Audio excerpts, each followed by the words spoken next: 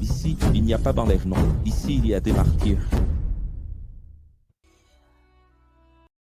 Université Aix. 50e Pentecôte, cours de l'université, 72 cours, Iliana Gliana. 18 à 21. Apocalypse 18. J'ai alors vu une autre manifestation qui descendait du ciel. Cette manifestation avait une grande autorité, car la terre fut illuminée par son éclat. La manifestation angélique, tu sais que quand on dit manifestation angélique, c'est redondant, hein, parce qu'angélique et manifestation sont des synonymes, mais c'est pour qu'on comprenne.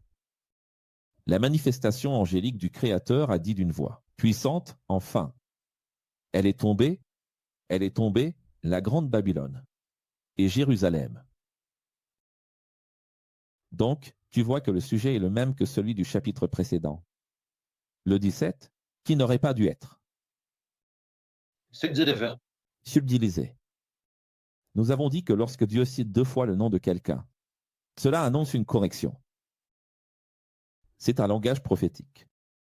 Et nous avons révélé pourquoi Jérusalem est Babylone, et cela est révélé dans l'Apocalypse lui-même. Maintenant, elle n'est plus qu'une demeure pour les bêtes sauvages et les corbeaux. Une grotte sombre pour toutes sortes d'animaux détestables. Révélé?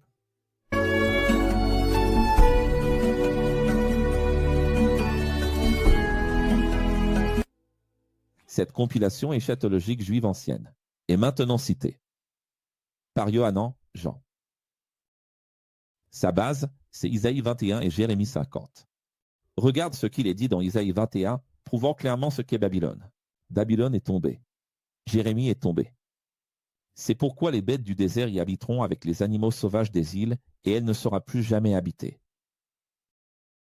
Alors vous allez dire, professeur, Jérémie, contemporain de l'Empire babylonien, parle donc de Babylone. Où est Jérusalem ici? Oui, sauf que Jean cite ici Jérémie 50 et Isaïe 21. Donc, elle est tombée n'est pas une révélation inédite donnée à Jean. Il est en train de citer ces passages. Les 10 rois se sont prostitués avec Jérusalem et toutes les nations ont bu du vin de sa prostitution. Les Juifs ont dominé le monde, par leur richesse, leur luxe et leur pouvoir, comme une prostituée sensuelle. Alors, vu comme ça, cela semble de l'antisémitisme, non, mais Dieu n'est pas antisémite. Comment Dieu pourrait-il avoir révélé toute la vérité et la sagesse, leur avoir donné le meilleur? Et être antisémite? Quel est ce Dieu qui fait des distinctions? Quel est ce Dieu qui révèle pour condamner? C'est donc son plan d'amour. C'est que là, il s'agit d'un langage prophétique, d'un langage difficile, d'un langage de correction, de jugement. Alors Dieu leur a donné la sagesse plus qu'à tous les autres. Ils ont dominé le monde parce que Dieu le leur a donné. Mais à cause de cette grande sagesse, l'ego est venu. Et l'ego a apporté la ruine. Et la ruine, la justice. Et la justice, la miséricorde. La miséricorde, le pardon. On ne peut pas juger isolément. Il y a des gens qui lisent ces choses ici et fondent des églises un peu partout, des idées philosophiques antisémites. Mais la vérité, c'est que Dieu traite avec Israël, tout comme il traitera avec les païens. Les entrepreneurs qui ont fait affaire avec les Juifs se sont enrichis, se délectant des plaisirs qu'a offert la grande prostituée. Mais la voix de la manifestation angélique du Créateur m'a dit, sortez du système religieux, mon peuple.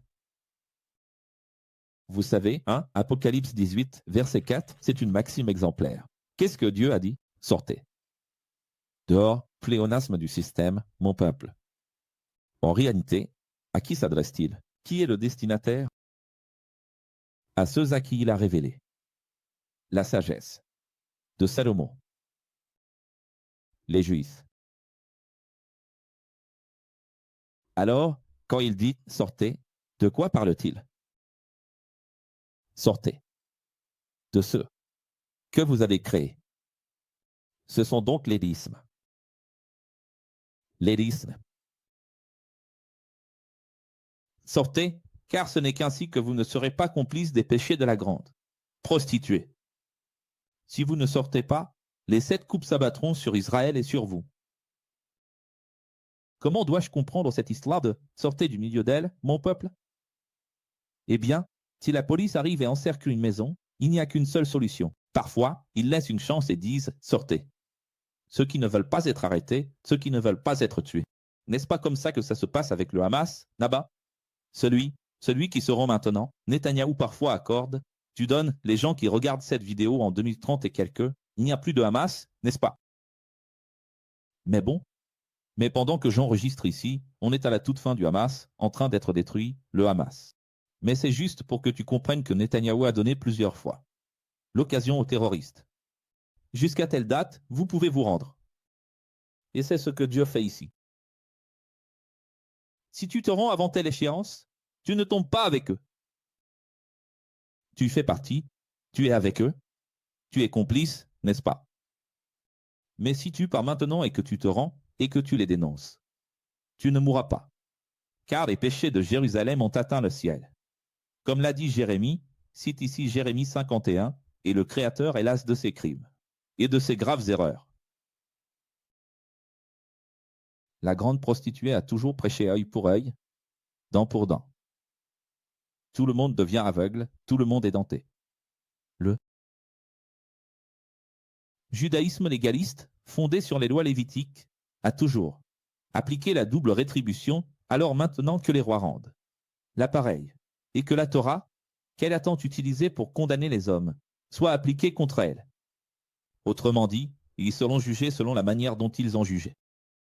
Ils ont utilisé la Bible, alors ils seront jugés selon la Bible. Tu comprends? Tout est dual. Tu as remarqué comme les gens passent toute leur vie à adorer une face d'une pièce, sans jamais connaître l'autre côté, sans métanoïa? Je suis depuis 30 ans dans telle religion, telle église, telle philosophie. Tu vas mourir en ne connaissant que la moitié, parce qu'il y a l'autre côté de la même pièce. Je ne sais pas si vous comprenez ce que j'essaie de dire, que d'Israël vient le pire et le meilleur. De la Bible vient le pire et le meilleur. Tu comprends? Des États-Unis vient le pire. Et le meilleur, du judaïsme vient le pire. Et le meilleur. Là-bas, il y a Dieu et il y a le diable. C'est ça, la dualité. C'est ainsi que tout a commencé avec l'arbre, et l'Apocalypse, dans le cours 51, va se terminer avec l'arbre. Sur l'arbre, dualité. Alors voilà qu'ils paient le double pour ce qu'ils ont fait. C'est un Dieu qui rend l'appareil. Comment ça, le double? Mélangez-lui le double des sécrétions sexuelles dans la coupe et aussi le double du taux d'alcool dans la même coupe. Que les rois de la terre fassent souffrir Israël d'un grand tourment et d'une grande affliction, dans la même mesure où ils ont vécu dans le luxe, l'ego et le pouvoir. C'est intéressant, je le répète, ceci, ces gens, l'apocalypse chrétienne. Moi, je suis juif, je te regarde, à quel, je n'aime pas ça. Ça n'a pas de légitimité. Mais tout ce que j'en cite, ce n'est pas de lui. La source, ce sont des prophètes juifs pour les juifs. Comme disait Isaïe, la grande prostituée, pleine d'orgueil, pensait toujours « Je suis fille d'Abraham ». En dehors d'Israël, il n'existe aucune autre nation élue. Nous sommes le peuple du Créateur, les seuls élus. Nous sommes l'épouse du roi, la reine de la terre. Notre Père est vivant, et personne ne nous détruira. Mais, en un seul jour, toutes les 7 coupes seront déversées sur elle. Le delta, mort, tristesse et famine. Et le feu la consumera, car puissant est le juge, qui la juge. Les rois de la terre du pouvoir rouge se réjouiront de sa chute, bien qu'ici, eux aussi seront détruits. Regarde. Je ne sais pas si tu comprends, tu regardes ces textes et tu te dis, tu vois comme Dieu considère qu'Israël est un problème, Dieu déteste. Non, non, non. Israël est en train d'être corrigé pour que beaucoup soient sauvés à la fin. Maintenant, le pouvoir rouge est utilisé par Dieu comme cobaye parce qu'ils ont donné la légitimité pour être utilisés. Ils n'ont jamais voulu la vérité. Ils sont donc utilisés par Dieu comme des vases de déshonneur pour punir Israël et équilibrer les forces géopolitiques du monde. Certains seront-ils sauvés du pouvoir rouge? Bien sûr. Mais regarde le pouvoir rouge. Il est utilisé par Dieu pour ensuite être jeté. Tu vois? Mais les rois de la terre du pouvoir bleu vont se lamenter et pleurer sa mort lorsqu'ils verront la fumée de son incendie, car les 10 rois soutiens, en plus d'avoir eu des relations sexuelles avec elle, ont aussi participé à l'accord mondial de paix pour donner du pouvoir au faux Messie. Alors ces 10 nations, ces 10 doigts, ces pieds, ces mains, ces séphiras, cette cabale, qui va soutenir les accords d'Abraham, accomplira de grandes choses, apportera la paix, la sécurité au monde. Quelle est notre mission? Apporter la paix et la sécurité au monde. Mettre fin aux guerres, à nos divisions internes. L'unité, la volonté de Dieu, c'est l'unité. Cependant, le vrai problème, c'est que cela n'est pas le mérite de Jésus, de celui qui est venu, Dieu fait chair, mort pour nous. Ce n'est pas le mérite de Jésus. Ils sont ceux-ci, écoute ce que je dis. Ils utilisent les chrétiens pour arriver à leur fin. Et les chrétiens aveugles ont des relations sexuelles avec Israël et rendent possible l'accomplissement de ces prophéties. Si vous n'avez pas encore compris, pour Dieu, typologiquement, chaque fois qu'une église évangélique, chaque fois qu'une nation évangélique, chaque fois qu'une nation comme l'Angleterre, l'Allemagne, la France, les États-Unis, le Brésil, l'Argentine, s'unit à Israël pour le soutenir, même en se disant chrétiens, ils ont des relations sexuelles, que la Bible appelle forniquer avec les rois de la terre. Qu'est-ce que c'est que la fornication avec les rois de la terre? C'est soutenir même, vous êtes chrétiens, ce sont des nations qui se disent bibliques, qui se disent chrétiennes, mais elles soutiennent un pouvoir qui s'élève contre le Christ. Mais comment? Cela peut-il être contre le Christ? Les chrétiens sont impliqués là-dedans, il y a même un temple pour chacun là-bas. N'est-ce pas la paix? Ça ne va pas être magnifique? Ça a l'air magnifique, mais une fois qu'ils auront utilisé les chrétiens, ils vont les écarter parce qu'ils savent, c'est écrit dans le Talmud, que les chrétiens ne veulent pas de leur Messie. Maintenant, les deux veulent la même chose. Mais plus tard, ils seront jetables et les églises évangéliques seront mises de côté. Aujourd'hui, les églises évangéliques montent au sommet du monde avec eux. Mais demain, quand ils seront soutenus et réussiront à placer leur roi, ils mépriseront ceux qui les ont aidés à monter. Tu comprends ça ou pas? Et c'est justement ce que les églises évangéliques ne voient pas.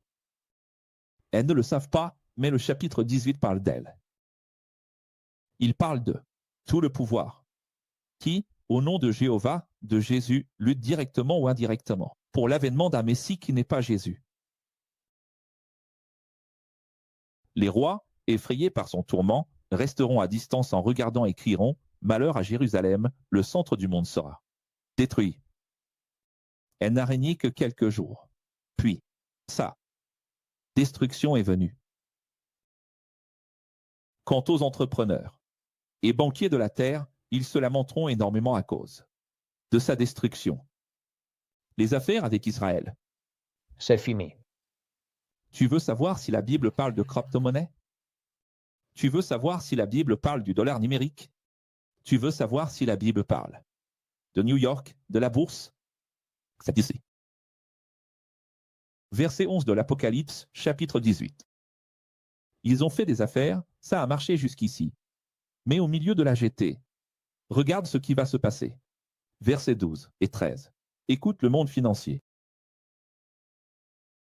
On ne peut plus rien négocier avec Israël, ni or, ni argent, ni pierres précieuses, ni perles, ni lin fin, ni pourpre, ni soie, ni étoffe écarlate, aucun type de bois de cèdre ni objet en ivoire. Bois précieux, bronze, fer et marbre, cannelle et autres épices, encens, myrrhe et parfums, vin et huile d'olive. Farine fine et blé, béhuf et moutons, chevaux et chars, ni même des esclaves. Même les délices. Des fruits, les délicieux fruits d'Israël, ont également disparu.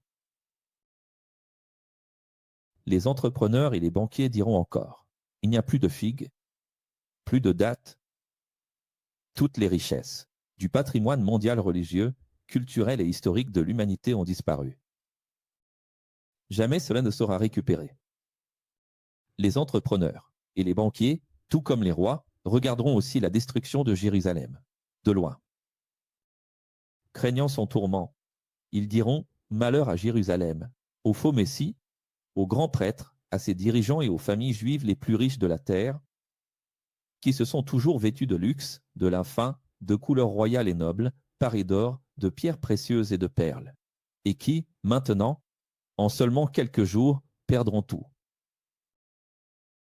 Les pilotes, les passagers et les marins, des navires, ainsi que tous ceux qui gagnaient leur vie en mer, resteront aussi à distance en voyant la fumée de sa destruction. Pourquoi a-t-il mentionné les marins et les navires? D'abord parce qu'on n'avait absolument aucune idée qu'un homme qu'un jour l'homme pourrait voler. On n'avait pas la vision d'une puissance militaire aérienne. Donc, à l'époque, la base, c'était la marine. Et ensuite, c'est aussi pour montrer la taille, la hauteur de la fumée. Quelle est la meilleure façon de montrer l'ampleur de la destruction de Jérusalem, si ce n'est de dire que même depuis la mer, on peut voir la fumée? N'est-ce pas? Oui. Tous les touristes qui sont déjà allés à Jérusalem diront, et regardez, la Bible parle ici de toutes les personnes qui visitent Jérusalem, qui la visitent comme nous irons probablement en 2026, maintenant qu'il est possible d'y aller.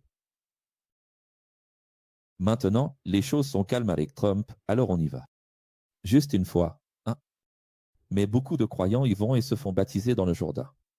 Regarde, prends de l'eau sale et allons nous faire baptiser. Tu ne vas pas attendre que le professeur X se fasse baptiser dans le Jourdain, non. Tu sais déjà très bien quelles paroles je vais prononcer au bord de cette rivière, n'est-ce pas? On peut imaginer. On peut imaginer comment sera le cours, non? Aucune ville au monde n'était plus importante que Jérusalem.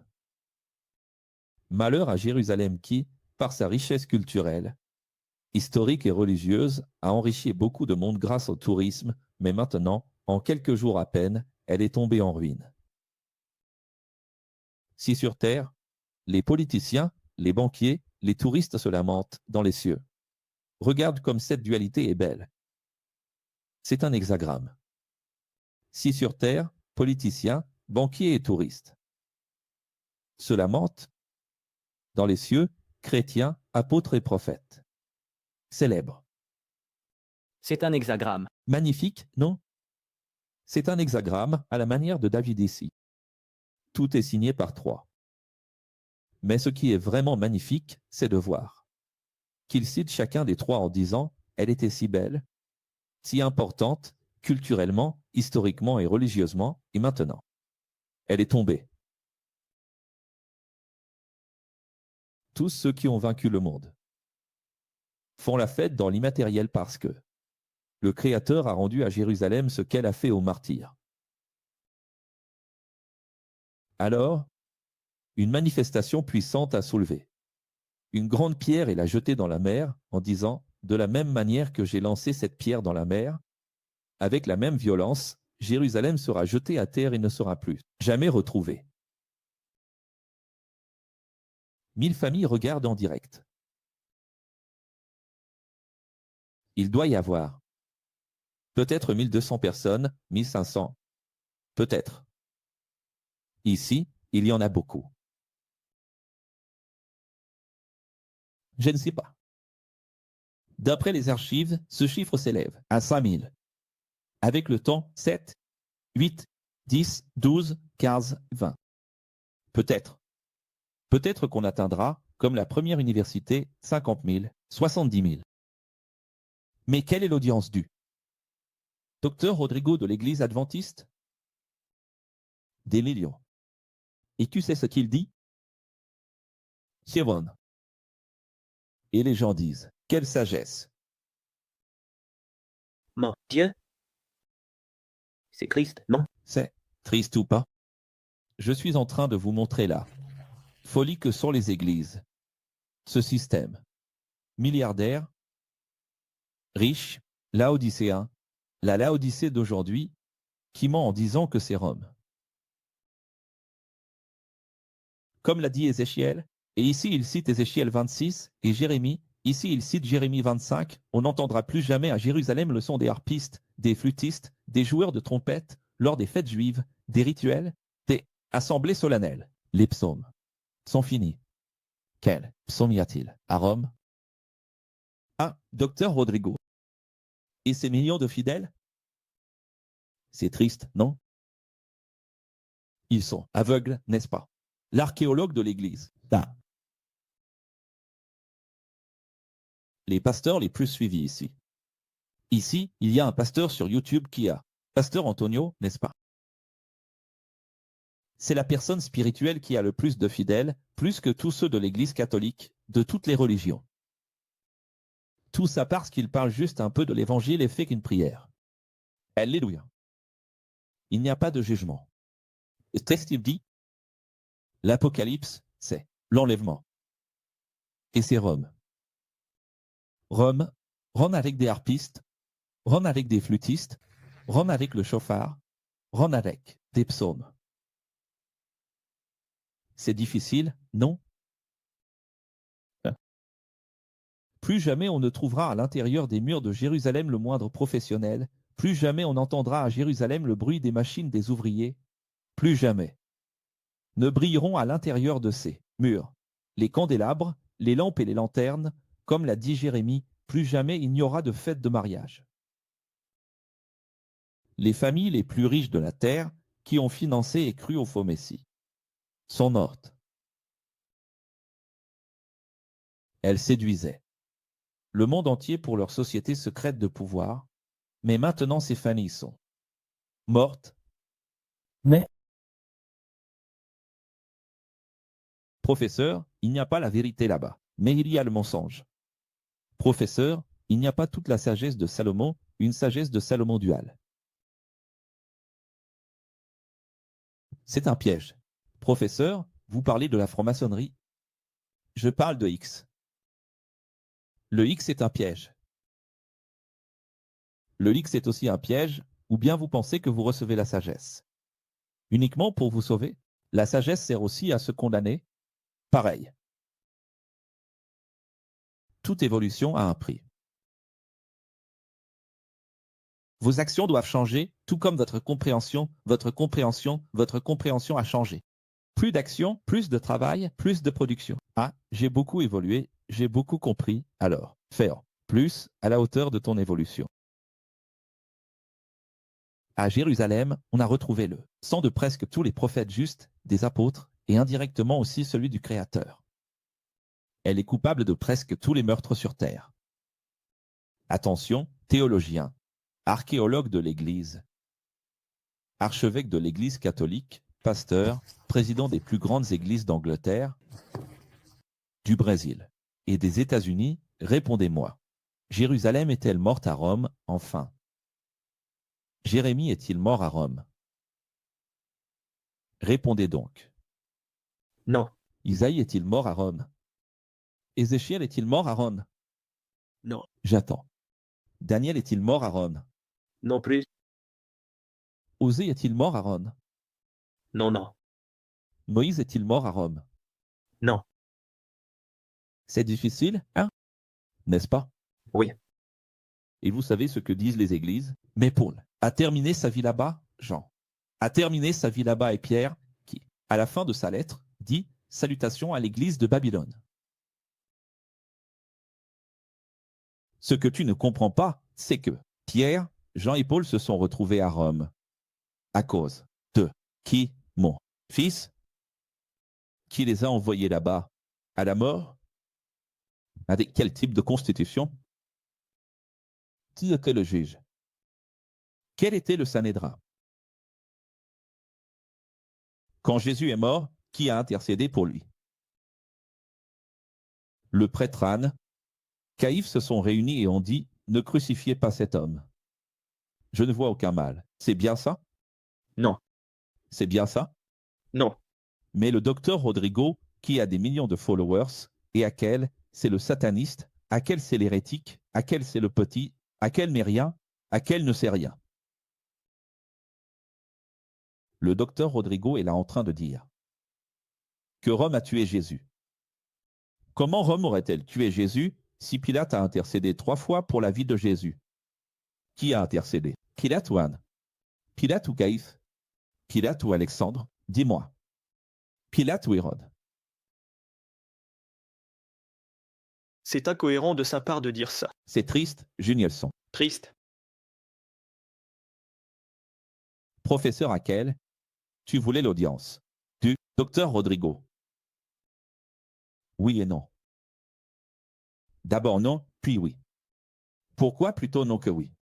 Parce que si j'avais eu son audience, je n'aurais pas pu dire ce que je dis maintenant avec autant de liberté et de joie. www.mesmerisme.info. Parce que le fait que nous soyons en bas, c'est justement la preuve que nous avons raison. Parce qu'à la fin, c'est là que ces choses arriveront, vous savez. Nous l'avons vu ici, les églises auront honte à la fin des temps. Les religions, les dénominations auront honte. Oui ou non? Oui. Voilà. Apocalypse 19. Ensuite, moi, Jean, j'ai entendu, dans le ciel la voix d'une grande multitude. C'étaient des millions et des millions de martyrs, s'exclamant avec force. Alléluia. Alléluia signifie louer, glorifier, honorer. Respecter. Yah, le nom de Dieu. Le salut, la gloire et la puissance appartiennent à notre Créateur, car ses jugements sont vrais et justes. L'absolu, a condamné. La grande femme, qui, au lieu d'être connue pour sa bonté, a corrompu les nations par sa prostitution. C'est-à-dire, il y a maintenant une célébration, car la grande réparation de l'inégalité sociale a été accomplie, la grande réparation. De la raison pour laquelle 70% des richesses mondiales étaient entre les mains de seulement quelques familles. Cela a été réparé. Et ces martyrs, qui sont morts à toutes les époques à cause de ces hommes, qui se disaient hommes de Dieu, crient et louent Dieu pour cela. Des millions et des millions d'innocents ont été assassinés par elle ou sur son ordre. Mais l'absolu a réclamé le sang versé de chaque innocent. Ensuite, la foule des martyrs s'est écriée une deuxième fois. Alléluia. La fumée qui vient de Jérusalem monte pour l'éternité. Alors voyez comme la Bible est métaphorique. La personne dit, mais le feu de l'enfer ne s'éteindra jamais, c'est écrit là-bas. Mais ici aussi, il est dit que la fumée de Jérusalem est pour toujours. Et c'est le cas? Non. La fumée de Jérusalem est-elle pour toujours? Non. Tu vois bien que les gens ne comprennent pas la Bible? La fumée qui vient de Jérusalem monte pour toujours, éternellement. Alors, les 24 anciens et les 4 êtres se sont prosternés et ont adoré le Créateur. 4. Être Yod et Vavé. Aussi les dates, le chrono, le temps où nous sommes prisonniers. L'Otib. Les 24 anciens ne sont pas des hommes qui sont là, ce sont des manifestations justes pour représenter. Avant Jésus et après Jésus, pour représenter la loi et la grâce. La loi est sans la loi. La loi est Jésus. Tribus et apôtres, comprenez-vous? Maintenant, revenons à la question du « monte éternellement ». Tu vois, qu'est-ce que cela signifie? pour Dieu dans le langage poétique, pour toujours, éternellement. Pour Dieu, c'est dans le sens d'immortaliser quelque chose. Comme Dieu est intemporel, il n'y a pas de temps. Ce qui est terminé reste pour toujours, cela ne change pas. Donc, cela veut dire que telle est sa sentence, c'est-à-dire quand Dieu exécutera sa destruction. Elle ne se relèvera jamais. Cette Jérusalem-là, il y en aura une nouvelle. Donc il n'y aura pas de fumée qui monte pour toujours. Mais pour Dieu, c'est comme s'il y en avait, car la fumée signifie qu'elle ne se relèvera jamais. Et les gens ne comprennent pas, c'est-à-dire, c'est la préfiguration de l'enfer, c'est-à-dire, quand nous passerons par la reprogrammation après la mort, revivre nos erreurs, quand nous revivrons nos erreurs. Cela ne sera pas pour toujours. Mais cette vieille créature, qui a connu ses erreurs, pour Dieu, c'est une fumée pour toujours. Oui. Parce qu'elle ne se relèvera plus jamais. Vous comprenez que nous mourrons? Qu'est-ce que le baptême, sinon le baptême de l'ego? Donc, nous baptisons l'ego, nous tuons l'ego pour toujours. La fumée de notre ego va aussi monter éternellement, n'est-ce pas? Et regardez la signature et ses manifestations ont dit une seule fois. Vérité, Alléluia. Signé pour la 3e fois. Au même instant, une voix vint du trône proclamant « Louez le Créateur, petit et grand, louez le Créateur, de toutes choses. » Alors, pour la 3e fois, ils crièrent d'une seule voix, comme le fracas de grandes eaux et de puissants tonnerres. C'est alors que, pour la 3e fois, ils dirent « Alléluia », car le Seigneur, le Créateur, l'absolu règne. Célébrons, réjouissons-nous, car l'heure est venue pour le mariage de l'agneau, avec sa véritable épouse, et son épouse est déjà prête. Prête. Ainsi, si dans les chapitres 17 et 18, dans la dualité, nous avons une fiancée, une épouse, traîtresse, infidèle, dans le 19e, nous avons une épouse loyale. Tu remarques que tout l'Apocalypse est une question de dualité. Ça a commencé avec Philadelphie, Laodicée, n'est-ce pas? Ensuite, on passe au summum des bêtes, les chefs du mal, Apocalypse 13. Et dans l'Apocalypse 14, Jésus apparaît dans les nuées, comme la bête du bien, le chef du bien. C'est-à-dire, c'est toujours dual. Puis 16, 17 et 18, on ouvre Babylone, l'épouse infidèle. Et dans le 19, l'épouse fidèle. La mariée a reçu une robe en lin, fin, éclatante et pure, et moi, Jean, j'ai compris que le lin représente la bonté des justes. Alors, la manifestation angélique du Créateur m'a dit, écrit Jean. Heureux pour l'éternité sont ceux qui seront invités au grand banquet de la fête, de mariage, de l'agneau. Ceci est une promesse véritable. Alors, que disent les églises? Certains chefs religieux disent que dans l'Apocalypse chapitre 4, l'Église a déjà été enlevée et qu'il n'y a plus personne sur terre. Dieu vous a épargné et maintenant, seuls ceux qui n'ont pas été fidèles au pasteur, aux prêtres, vont subir des malheurs sur terre.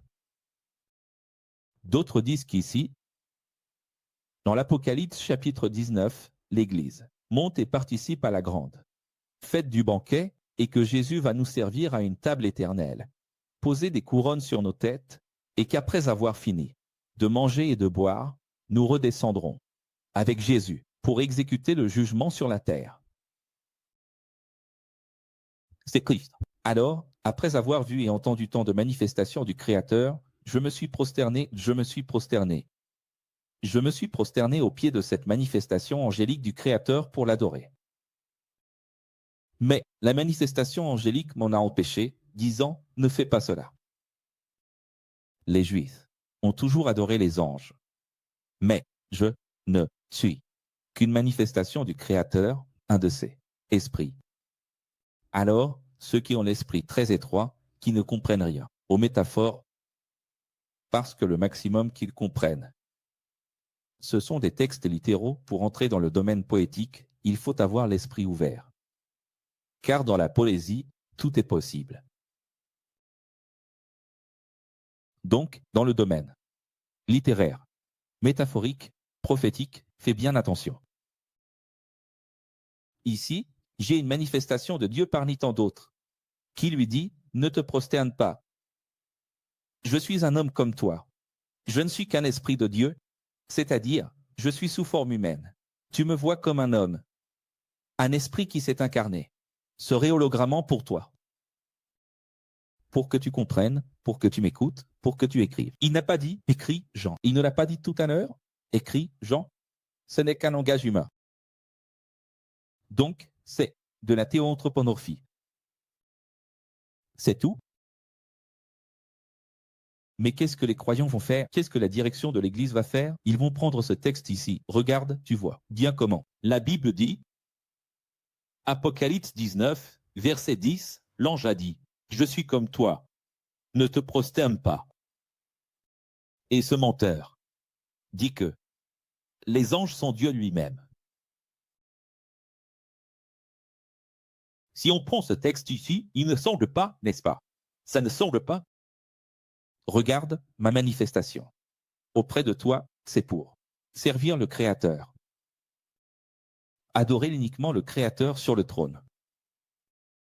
Tout ce que tu vois et entends, Jean, c'est par l'Esprit du Créateur, Jésus. Maintenant regarde, ensuite, j'ai vu. Le ciel ouvert est devant moi, un cheval blanc, dont le cavalier s'appelle la vérité absolue. Ce cavalier est le juge lui-même, des nations.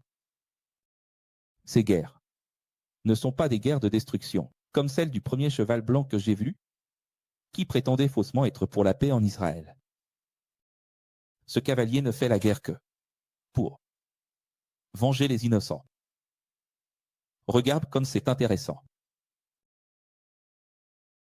C'est 72 visions ou inspirations mentales de sa part, parce qu'il cible des textes d'Énoch, d'Ézéchiel, de Jérémie, il compile.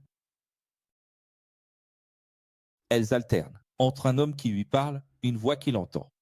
Et maintenant, il recommence à voir les cavaliers. Est-il vraiment en train de parler avec l'ange? Donc, quand cet ange lui a parlé, pour que vous compreniez, ce passage où il dit « Je me suis prosterné », l'ange a dit « Me fais pas ça ». C'est un langage éschatologique ancien. On voit cela d'innombrables fois dans l'Ancien Testament. Il y a une anthropomorphie, il y a une théophanie. Au moment où la personne va s'humilier, ne fais pas ça. Parce que la manifestation est inférieure. Maintenant, la théophanie directe. C'était Jésus, et la théophanie directe a eu lieu dans la maison d'un homme appelé Abraham. Oui. Là, Abraham s'est prosterné devant ses anges, et les anges ont accepté. D'ailleurs, il y avait 3 anges, n'est-ce pas? 3. Et alors, qu'est-ce qui s'est passé? Là, toute la construction théologique s'effondre parce qu'ils disent que les anges n'acceptent pas l'adoration. Alors, comment se fait-il que les anges dans la maison d'Abraham aient accepté qu'ils s'agenouillent? Parce que tout cela ne vaut rien. C'est un piège. Au Winston, toute leur vie, ces gens de ces églises vont continuer à chercher ces petites subtilités.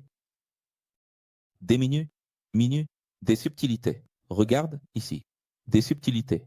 Et ils se disputent pour des subtilités. Tu comprends ça? Qui faisait cela à l'époque de Jésus? Qui se préoccupait de ces subtilités? Les pharisiens. Non, mais ici il est écrit que le lin doit être de cette couleur.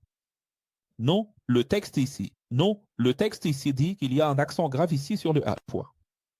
Non, il manque un point. Il y a une inflexion ici. Ce sont ces choses pathétiques qui agaçaient Jésus. Et c'est ce que sont devenues les églises d'aujourd'hui.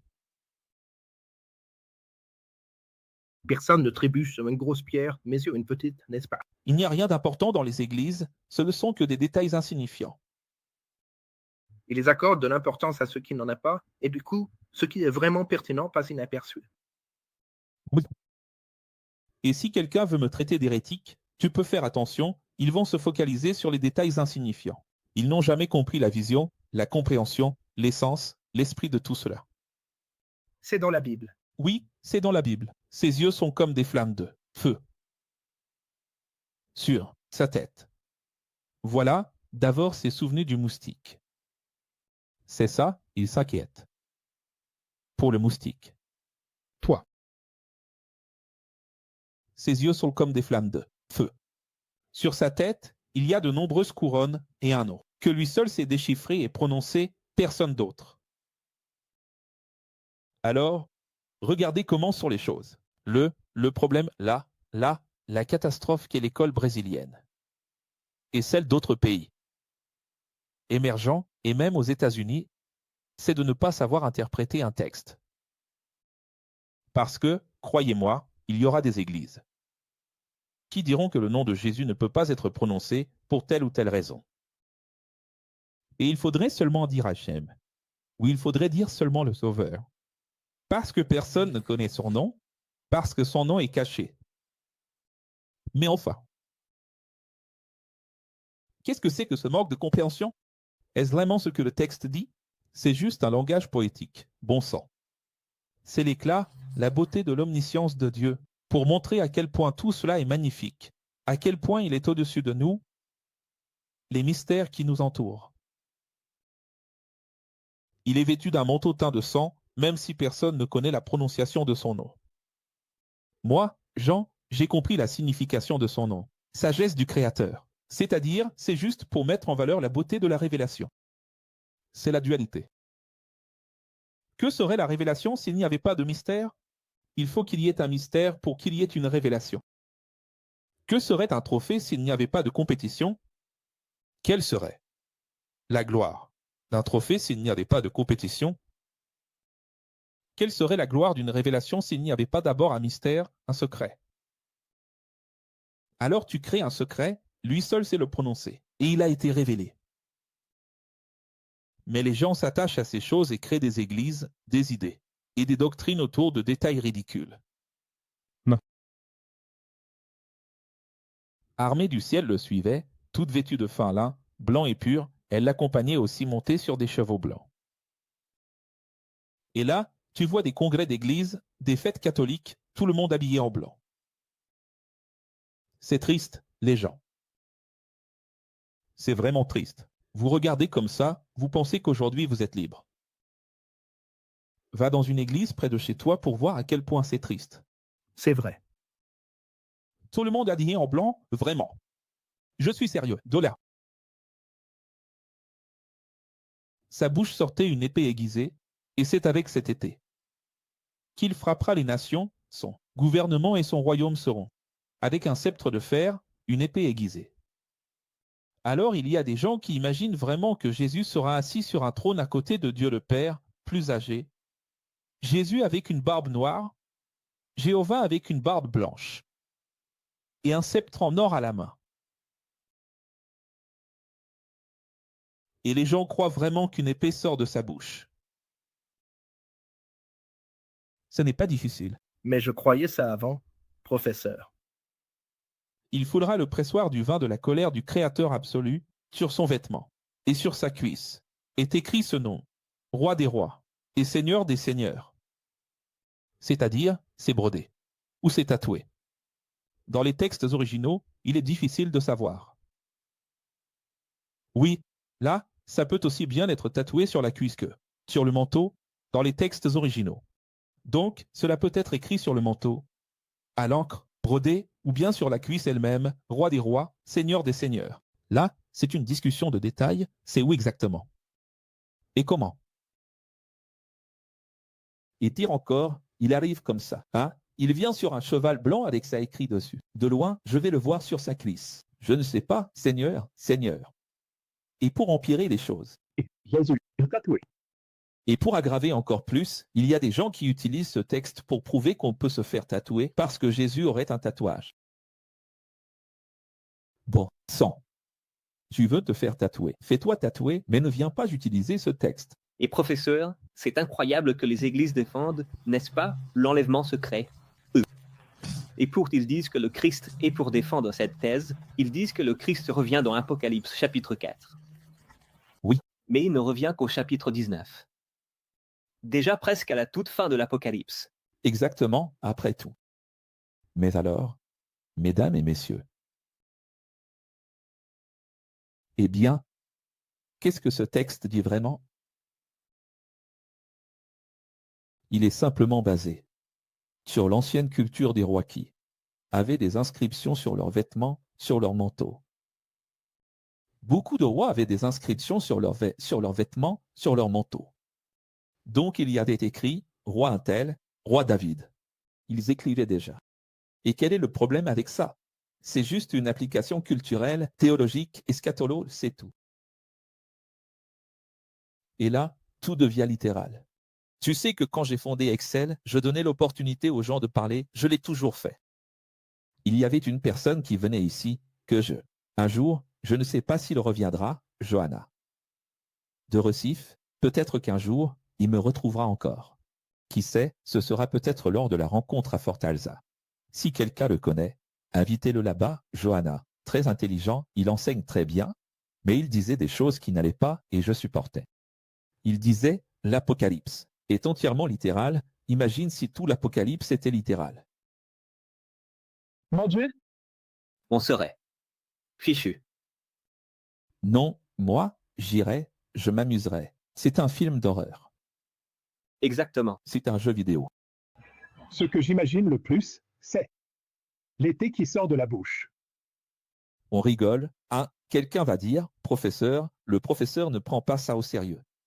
Mais je ne peux pas prendre au sérieux la vision des gens. Les gens doivent évoluer, ils doivent évoluer. Alors j'ai vu une autre manifestation qui se tenait debout, sur le soleil, et qui criait d'une voix forte à tous les oiseaux qui volaient au milieu du ciel. Va sur YouTube maintenant et tape ceci, pasteur prophétise, pasteur. A eu une vision? Grand ange. Tu vas être horrifié. Tu vas voir des femmes dire, j'ai vu l'ange, il faisait 3 kilomètres. J'ai vu un ange, il était encore plus grand, celui que j'ai vu avait un pied sur le soleil et un pied sur la lune. J'ai déjà vu des gens qui sont allés au paradis après avoir trop mangé.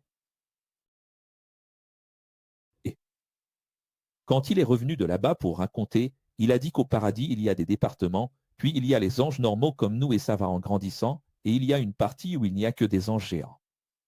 Venez, rassemblez-vous pour le grand festin du Créateur. C'est donc juste pour montrer la grandeur de ces manifestations. Mangez la chair de tous les rois, des généraux et des seigneurs qui ont dominé ce monde. Mangez la chair de leurs chevaux et de leurs soldats.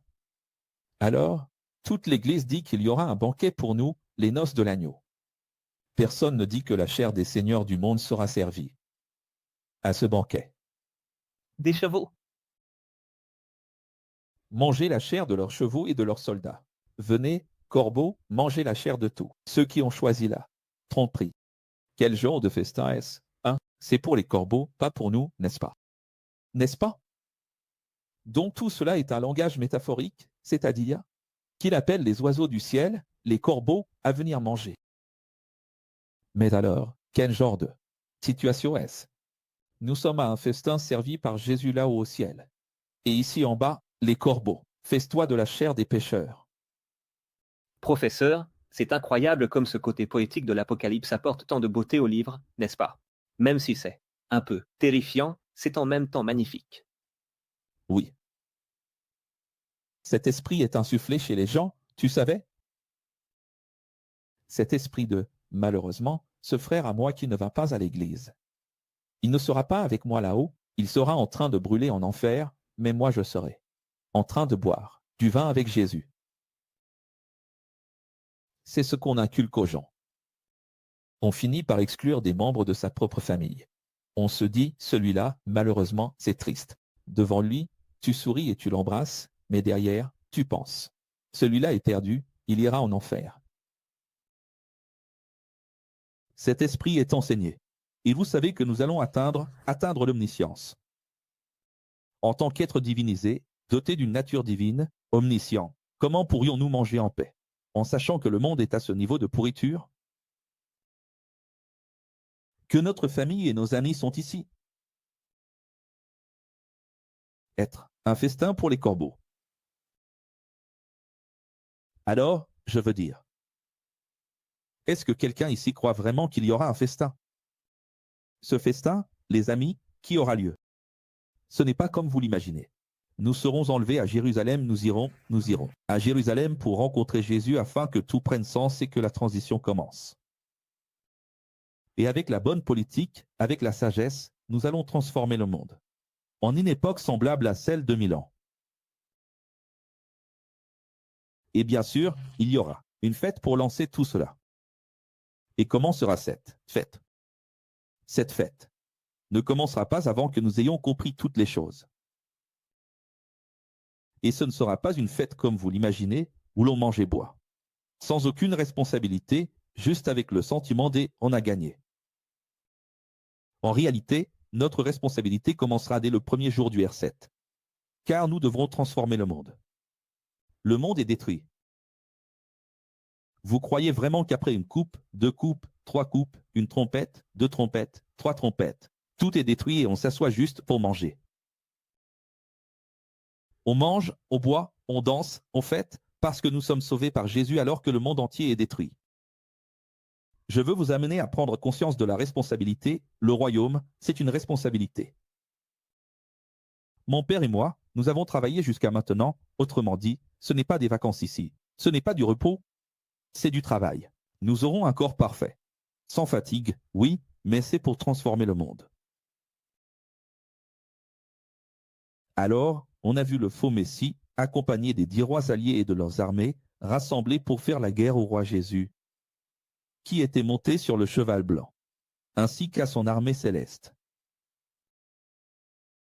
Mais le faux Messie et le grand prêtre, le faux prophète, ont été capturés. Le faux prophète a trompé des millions de Juifs et de chrétiens avec des signes et des miracles au nom du faux Messie. Des millions et des millions de prosélytes juifs et chrétiens ont confessé leur foi dans le faux Messie. Marqués par la confession juive, ils ont adoré un objet sacré dans le 3e temple. Mais maintenant, les 2 bêtes, les 2 chefs, les 2 créatures dangereuses ont été capturées et jetées vivantes dans le lac de feu, c'est-à-dire anéanties pour toujours. Il n'existe pas de lac plus brûlant. Les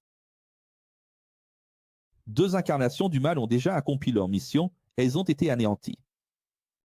Pourquoi ont-elles été créées? Pour rassembler la paille, pour révéler qui est qui. Tous les rois alliés, leurs armées, par le faux Messie, tous les rois alliés, leurs armées, tous ceux qui ont été trompés par le faux Messie, ont été tués par l'épée qui sortait de la bouche de Jésus, le Christ. Alors, voyez comme tout cela est une métaphore. Dans la vision de Paul, tout cela sera tué par le souffle de sa bouche. Dans la vision de Jean, par l'épée qui sort de sa bouche. Et c'est une épée ou un souffle. Ce n'est ni une épée, ni un souffle, mon fils. Jésus ne va ni souffler, ni lancer une épée.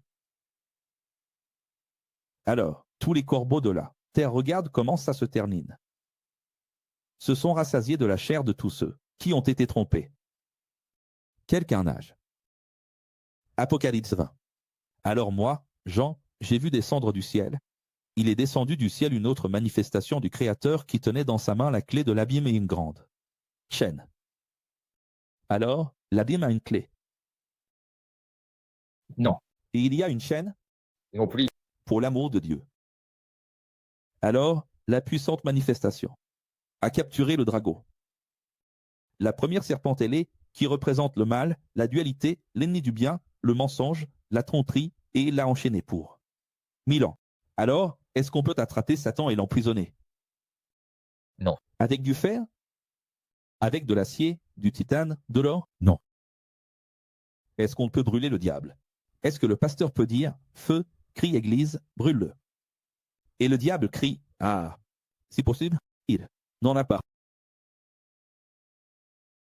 Tu vois comme c'est lamentable?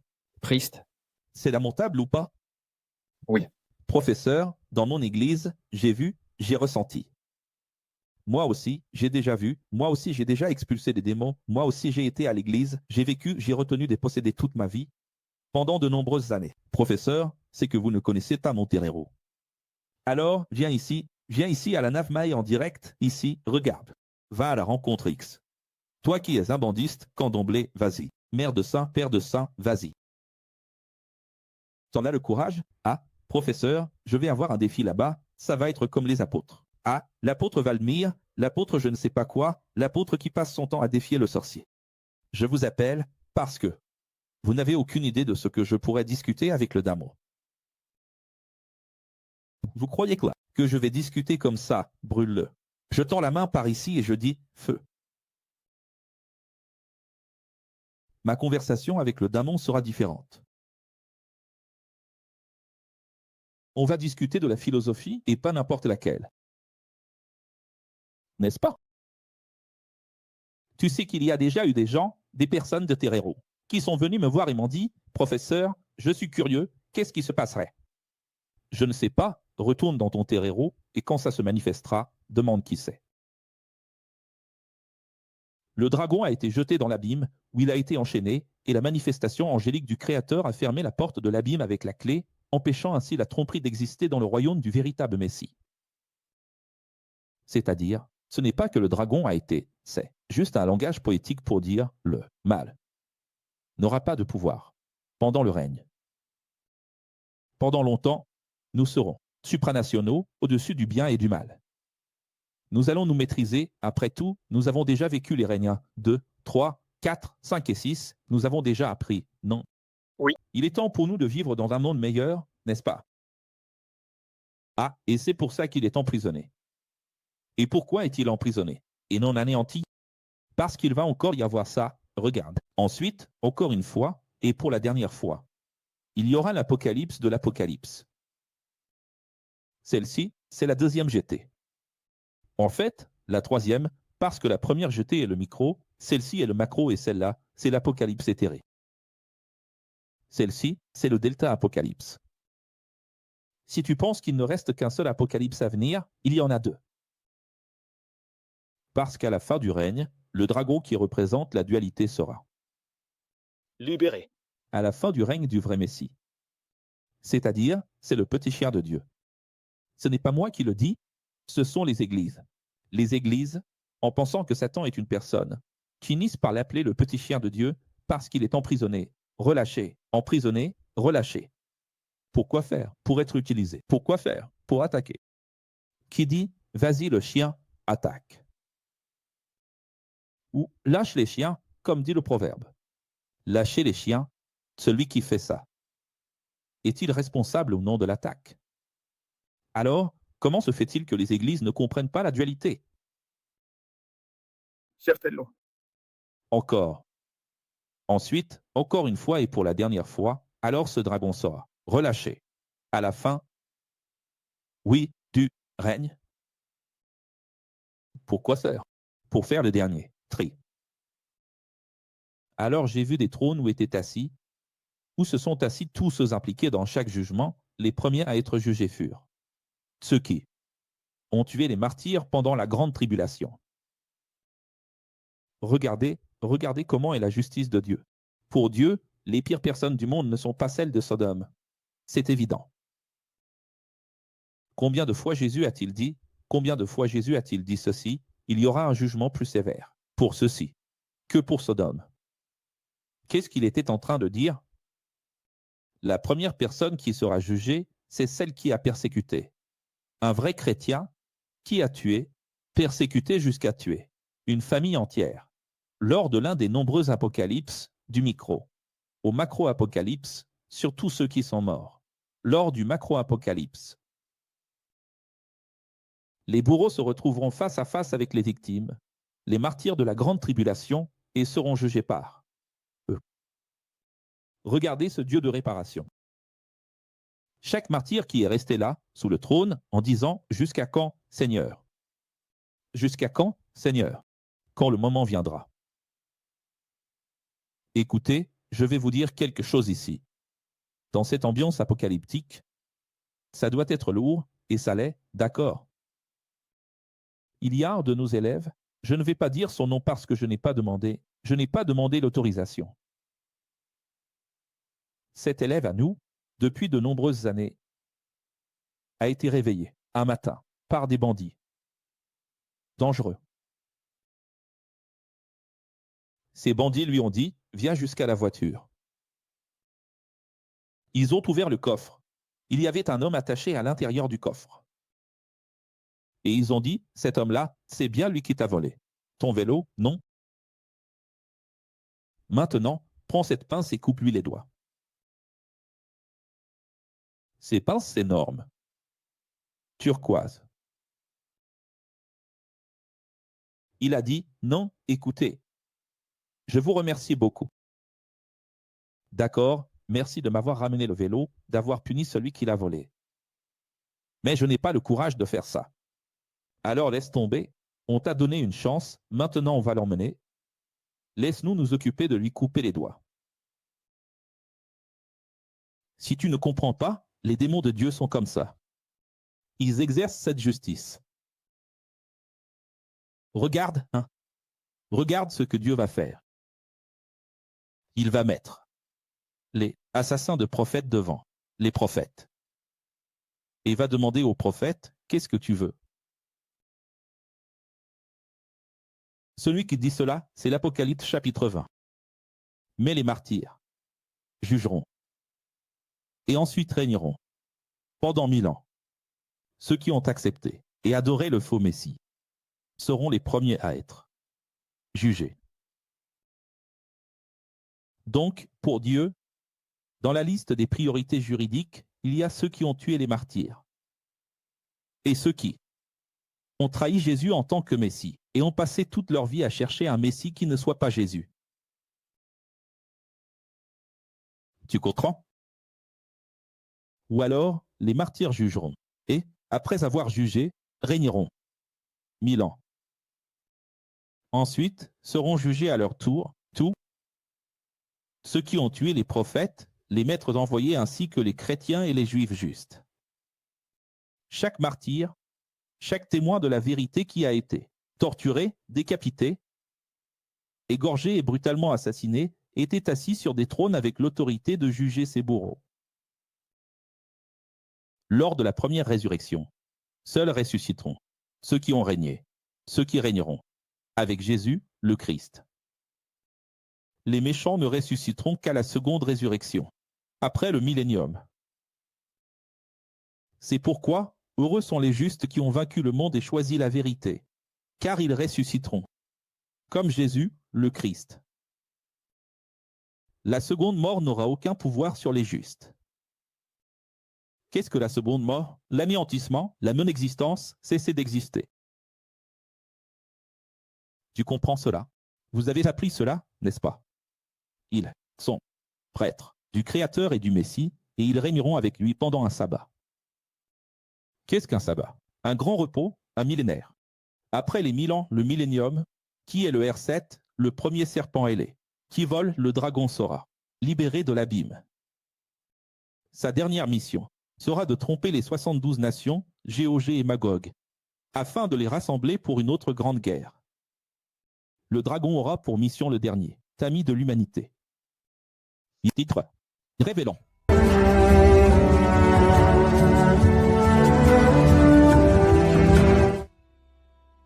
Rappelez-vous que ceux qui ressusciteront et seront transformés auront 33 ans, comme nous l'avons révélé dans le Codex Unix. Comprenez-le de façon didactique. Premièrement, les martyrs et les justes. Morts ressusciteront d'abord avec de nouveaux corps ayant l'apparence de 33 ans, et la plupart vieilliront, comme le disent les prophètes, mais ils ne mourront pas, avant la fin du royaume. Ceux-là ne se tromperont pas, car ils ont déjà vaincu le mal. Ceci est le premier groupe. Deuxième groupe, ceux qui seront encore en vie. Certains d'entre nous, de la vérité, de la lumière, seront transformés et nous nous retrouverons à Jérusalem pour le début de son règne. Ils seront également transmutés avec une apparence jeune de 33 ans et la plupart vieilliront, mais ne mourront pas. l'immortalité totale n'est pas encore arrivée. Car Paul a dit dans la première lettre aux Corinthiens, chapitre 15, versets 26 à 29, que nous avons vu, or, le dernier ennemi qui sera vaincu, c'est la mort. Ceux qui seront encore en vie et qui ne seront pas tués par le Seigneur, car ils n'appartiennent pas au vrai Messie pour avoir la vie éternelle, mais ils n'appartiennent pas non plus au faux Messie, car ils ne l'ont pas accepté, afin de recevoir la mort éternelle. Quel est ce groupe? C'est le troisième groupe. Voici ce troisième groupe, regardez. Ce troisième groupe sera encore éprouvé à l'intérieur du royaume. C'est pour cela que le mal revient à la fin du royaume. Parce que la grande question à se poser est, comment, après avoir vaincu le mal, la dualité, l'ego, et alors que Satan est enchaîné, c'est-à-dire le mal, la possibilité de se tromper, est emprisonnée. On revient à la fin. Comme dernier grand filtre, où des foules trahiront Dieu, seront à nouveau infidèles, dans un nouvel épisode d'Abiram, Dathan et Corée. Comment cela va-t-il se reproduire? Cela n'est possible. Évidemment que si ce n'est pas du côté d'Achille, pas de votre part. Parce que si, après tout ce que nous avons compris, nous arrivons au royaume et que nous trahissons encore Dieu à la fin du royaume, alors, ce sont ces compréhensions qui ont mené à ces trois groupes. Il n'y a qu'une seule façon, pour qu'il existe des foules, aussi nombreuses que le sable de la mer, qui se lèveront contre Dieu à la fin du royaume. C'est parce que certaines personnes qui seront, beaucoup de personnes qui seront dans le royaume, ne sont pas supraduales. Tu l'as compris? Oui. Et qu'est-ce qui est le plus beau? Tout cela afin que le royaume ait de la gloire. Parce qu'imagine un royaume où nous allons gouverner, seulement avec des personnes qui ont déjà vaincu le mal. Quel genre de roi est-ce? Un roi qui n'exécute jamais personne qui a commis une faute. Comment s'accompliraient les passages, oui, prophétiques qui disent « l'homme qui commettra une faute, c'est-à-dire l'homme qui péchera mourra ». Comment un jeune de 100 ans mourra-t-il? Comment les prophéties d'Isaïe qui montrent une sorte de semi-divinité vont-elles s'accomplir? Comment vont-elles s'accomplir? C'est-à-dire, le retour du mal dans le paradis n'est possible qu'avec des personnes qui entrent au paradis sans avoir encore vaincu leur ego. Vous comprenez cela? Oui. Allons-y. Ils ne peuvent pas aller à la reprogrammation, alors le Seigneur a choisi qu'ils entrent dans le royaume pour une parfaite cohérence. Comment? Eh bien, quel serait le royaume de Jésus-Christ? Sans quelques méchants à anéantir? N'est-ce pas? Quel est le pouvoir d'un roi? Si ce n'est justement d'exécuter les méchants? Professeur, mais alors Dieu utilise ces personnes seulement pour montrer sa puissance. Toute la vie, depuis qu'il a créé Adam.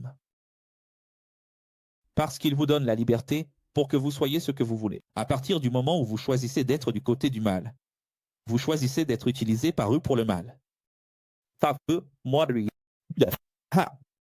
C'est la pure vérité, les rebelles glorifieront le roi des rois. C'est pourquoi, à la fin, il y aura aussi ce que nous appelons la 5e guerre mondiale, mais qui ne durera même pas un jour. Tout cela pour que le royaume du Seigneur ait un sens. Quel est le but de tout cela? Pour que le royaume ait un sens, pour qu'il montre aux Juifs et au monde comment on gouverne, avec des bons et des mauvais. Imagine un peu comment ce serait. Si Jésus arrivait ici maintenant, allez, réfléchis avec moi. Jésus n'a pas été accepté comme Messie, on l'a vu dans Matthieu, Marc, Luc, précisément parce qu'il n'a pas construit le 3e temple. Il n'a pas approuvé, il n'a pas soutenu que le 2e temple devienne le 3e, parce que c'est une longue histoire. Il faudrait expliquer ce qui s'est passé 200 ans avant le Christ à cause de l'architecture romaine. Pour plaire à l'Empire romain, cela a été vu comme, oui, un blasphème, comme le mot juste, profanation. Alors, que attendait-il de Jésus? Qu'il transforme ce temple à l'architecture romaine, construit pour plaire à la famille hérodienne, pour plaire à la famille romaine, et qu'il le rende authentique, comme le premier de Salomon. Tu comprends? C'est ça qu'on attendait de Jésus, qu'il soutienne le temple, qu'il libère Israël des Romains et qu'il fasse de ce second temple le temple originel. Et qu'est-ce que Jésus a fait? Le contraire, l'opposé, comme on le voit dans tous les évangiles. Alors, comment Jésus viendrait-il maintenant gouverner dans un monde où tout le monde est déjà bon? Qu'est-ce que les Juifs et les rois de la terre diraient? C'est facile de gouverner dans un monde où il n'y a que des gens bons. C'est pour ça que, non, regarde comme c'est terrible, non? Que enseignent toutes les églises que le ciel sera magnifique. Alléluia, alléluia, alléluia pour toujours. Mais le ciel, c'est une nouvelle terre en transformation qui, une fois transformée, quand on atteindra le 72e jet de la technotelle, à l'apogée de l'évolution, les gens iront d'un endroit à l'autre. La science se multipliera. Quand on atteindra le sommet de la technotelle, devine quoi? Comprends, réponds. Hein? Rébellion. L'insurrection. Tu as une idée? S'il y a une rébellion à la fin, qu'est-ce que nous, ici, disons dans la Bible originale Codex? C'est que nous aurons des personnes mauvaises dans le royaume pour gouverner, faire de la politique, donner un sens. Sinon, on serait juste en train de transformer des bâtiments en ruines. On ne ferait que reconstruire physiquement, matériellement, un nouveau monde, mais en réalité, on va faire cela avec des relations publiques, politiques. Et là, des choses pires arrivent. Prêt? Oui. S'il n'y avait que des bons, ce ne serait pas un gouvernement complet, n'est-ce pas? C'est pour cette raison que ce troisième groupe va entrer. Pourquoi faire? Pour contaminer. Il est également évident que beaucoup de ce troisième groupe seront évangélisés dans le royaume et reconnaîtront Yeshua comme le véritable Messie. Si vous ne le savez pas, les prophètes ont dit qu'il y aurait de l'évangélisation dans le royaume. Mais évangéliser qui? Au ciel? Au ciel, on devra encore annoncer la vérité? Oui, à ce groupe-là. Et c'est un groupe encore plus difficile parce que c'est un groupe qui vit dans un monde très technologique, un monde qui fonctionne. Un monde comme dans ces films futuristes que tu regardes. Tu te dis, ça, c'est Star Trek, ça, c'est. Ça n'existe pas, il n'y aura jamais ça ici. Eh bien, il y aura tout ça. La plupart de tout ce que tu as déjà vu dans les films de science-fiction va s'accomplir pendant le millénium. Ce sera au-delà, bien au-delà. Et tu sais que dans tous les films de science-fiction, il y a toujours un grand affrontement contre des gens mauvais qui utilisent la technologie à des fins mauvaises. Et ce sera ainsi à nouveau, je le révélerai.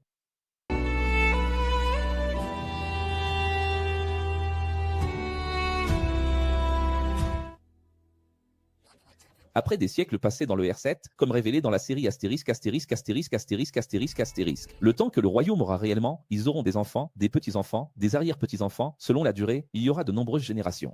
Nous, les ressuscités et les martyrs avons déjà vaincu le mal, mais ceux-là, dirigés par de nombreux juifs égoïstes, se révolteront contre le Créateur.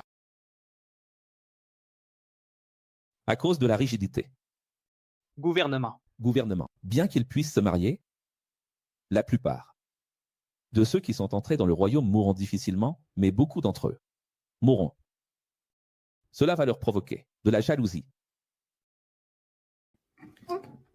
Alors, pour que tu comprennes, au début du monde, Caïn a été jaloux d'Abel. Oui ou non? Oui. Dans le royaume, au ciel, comme vous dites, nous allons mourir, nous irons au ciel. Oui, au ciel, tu sais ce qui va se passer à nouveau? Au ciel, ce fameux ciel qui est la nouvelle terre, ce groupe ici, qui représentera probablement un tiers de l'humanité, va nous envier. Parce que nous sommes supradiaux, parce que nous avons l'apparence de 33 ans et pas eux. Eux vieillissent, pas nous. Eux se fatiguent et pas nous. Nous avons des corps parfaits, et eux non. Et ils vont nous envier et nous en vouloir, les Caïn. Et nous, les Abel. Tu l'as compris ou pas? Professeur, après tout ce que je vis ici sur cette terre, je vais encore transmettre ça à mon fils. Nous sommes supradiaux. C'est pour ça qu'il faut évoluer et avoir de la sagesse, parce que nous allons régler tout ça ici facilement. Devine ce qui est déjà écrit dans l'Apocalypse, que nous avons déjà vaincu. Ils ne seront que notre gloire. Tu comprends ça? Ils ne seront que notre gloire. Et ils se relèveront pour tomber, n'est-ce pas, professeur? Ils se relèveront pour tomber. Cela provoquera chez eux une grande jalousie. Tous ont déjà vaincu le mal, sauf eux. Cela provoquera aussi une grande jalousie. Cependant, lorsque le dragon sera libéré, ils auront des forces maléfiques pour agir ensemble et tenteront de prendre le gouvernement du prince David, de notre roi. Jésus-Christ. Le monde sera gouverné par Moïse, par David, par Salomon, là, au centre du monde, à Jérusalem. Et nous avec eux. Qu'est-ce que la récompense? Répartition des compétences, répartition des ministères, répartition des tâches, députés et sénateurs du royaume. Quel est le titre du cours d'aujourd'hui? Y aura-t-il une cour suprême, une chambre et un sénat au ciel? Oui. Et toi, tu seras l'ambassadeur.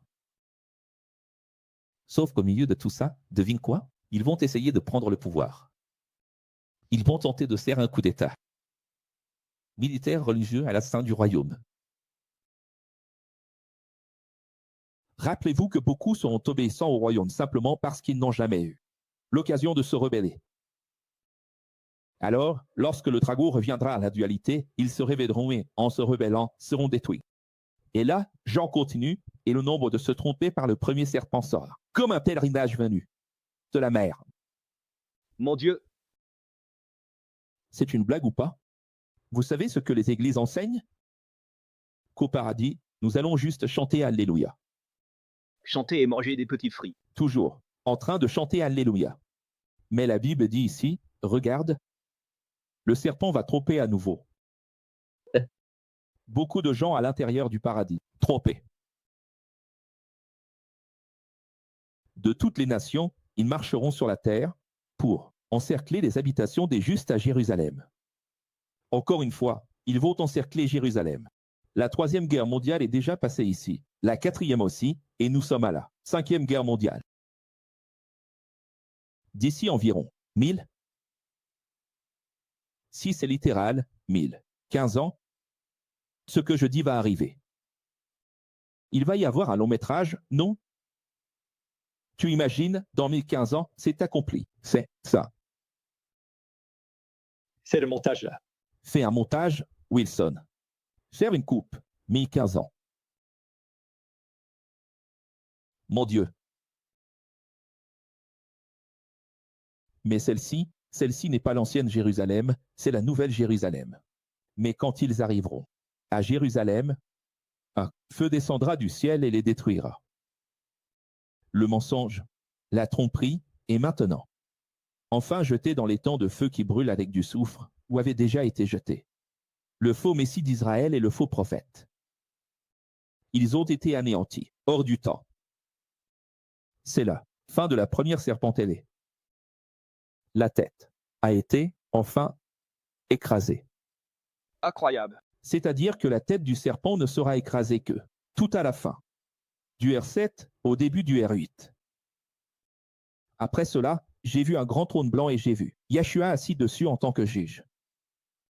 La 3e et dernière instance juridique du Créateur absolu va commencer, la cour suprême de Dieu, le suprême de Dieu, la terre et le ciel qui existaient pendant le royaume ont disparu. Alors j'ai vu tous ceux qui sont morts. Dans la tromperie, tous les enfants de Caïn, tous les hommes et femmes mauvais qui sont morts, grands et petits, debout, devant le grand trône. Tous. La mort a livré tous les morts. L'Hadès a livré tous les morts. La mer, des martyrs, a livré tous les morts. Tous ceux qui étaient passés par la 2e instance, que nous appelons la réhologrammation, la recréation, la revie, le purgatoire et l'enfer, étaient là. Tous les martyrs que j'ai vus, sur cette plateforme comme une mer de cristal étaient là, devant le juge suprême. Les livres contenant les registres de tous les choix des hommes ont été ouverts. Alors, il existe des livres? Non. C'est juste une métaphore pour dire que tout est enregistré, dans l'ONI. Tous les choix sont enregistrés là, devant le Créateur, il n'y a aucun moyen d'y échapper, donc le livre a été ouvert, aussi bien le livre des registres que le livre de la vie, qui est la vie éternelle, le livre de l'immortalité. Et tous les hommes mauvais ont été jugés, selon les choix qu'ils ont faits sur terre. Alors la mort, la réhologrammation, l'Hadès, ont aussi été jetés dans le lac de feu dans l'existence. Est-il possible de jeter la réhologrammation dans l'existence? C'est juste une métaphore pour dire c'est fini. Il n'y a plus besoin de cela. Car le lac de feu est la métaphore de la secondée. Dernière mort qui met fin à tous ceux dont les noms ne figuraient pas dans le livre de la vie, le livre. De l'immortalité, ils ont été jetés dans le lac. De feu de l'inexistence éternelle et infinie. Period.